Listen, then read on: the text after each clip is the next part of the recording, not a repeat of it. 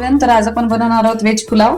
त्यासाठी मी घेतलेत पुलावचे जे तांदूळ असतात असे ते, आणि ते स्वच्छ पाण्याने धुवून 2 ते 3 वेळेस भिजत घातलेत आणि आपण ह्याला 1 तास असंच भिजत ठेवूया. अर्धा ते 1 तास आपण तांदूळ छान भिजवून घेतलेत. त्यानंतर मी इथे घेतलंय बटाटा चिरून, नंतर घेतले बारीक चिरलेले टोमॅटो, कांदा असा लांब लांब कट करून घेतलाय, कोथिंबीर घेतली, कढीपत्ता घेतलाय, हिरवी मिरची, बेडगी मिरची, खडा मसाला, इलायची आणि लवंग पण घेतलीये आणि बीन्स घेतल्यात. तर चला बघूया. त्यानंतर इथं कुकर ठेवलंय गॅसवर आणि त्यामध्ये मी 2 ते 2.5 पळी तेल टाकून घेते. तुम्हाला तूप टाकायचं तुम्ही तूप पण टाकू शकता, त्याने पण छान होते. त्यानंतर तेल छान गरम झालं की त्यामध्ये मोहरी, जिरं, आपण हा जो खडा मसाला घेतलाय तो टाकून घ्यायचा पूर्ण. त्यामध्ये हिरवी मिरची आणि बेडगी मिरची, नंतर कढीपत्ता, त्यानंतर हा लांब लांब चिरलेला कांदा टाकून घ्यायचा पूर्ण, बटाटा आणि हे सगळं हलवून घ्यायचं. नंतर या बीन्स टाकायच्या पूर्ण आणि टोमॅटो.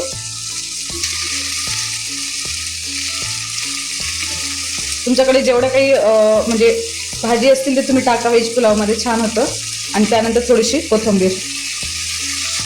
हे सगळं आपण आता छान शिजवू देऊया. नंतर त्यामध्ये चवीनुसार मीठ टाकून घेऊया, म्हणजे ह्या ज्या काही व्हेजिटेबल्स आहेत त्या लवकर शिजल्या जातील, त्यामुळे परत त्याला हलवून घ्यायचं. त्यानंतर त्यामध्ये अर्धा चमचा हळद, तुमच्या चवीनुसार लाल तिखट टाका. मी इथे छोटे 2 ते 2.5 चमचे टाकतीये.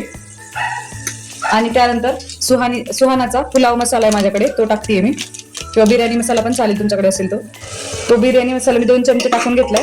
त्यानंतर सगळीकडे हलवून घ्यायचं परत एकदा आणि सगळे मसाले एकत्र होऊ द्यायचे. नंतर थोडंसं शिजत आलं की त्यामध्ये आपण 1 ते 2 चमचे दही टाकून घ्यायचं, जेणेकरून पुलाव किंवा बिर्याणी खूप छान होते. आणि त्याला सगळं एकत्र करून घ्यायचं. प्रकारे सगळं एकत्र करून घेतलं. नंतर हे पुलावचे जे तांदूळ होते मी अर्धा ते 1 तास भिजवलेले जवळपास, ते यामध्ये टाकून घ्यायचे, पूर्ण हलवून घ्यायचं पूर्ण. त्यामध्ये थोडंसं पाणी टाकून घ्यायचं, म्हणजे जर तुम्ही 1 कप किंवा 1 वाटी जर तांदूळ घेतले असेल तर 1.5 कप हे घ्या पाणी, किंवा 1.5 वाटी, जास्त नाही टाकायचं. त्यावर थोडीशी कोथिंबीर,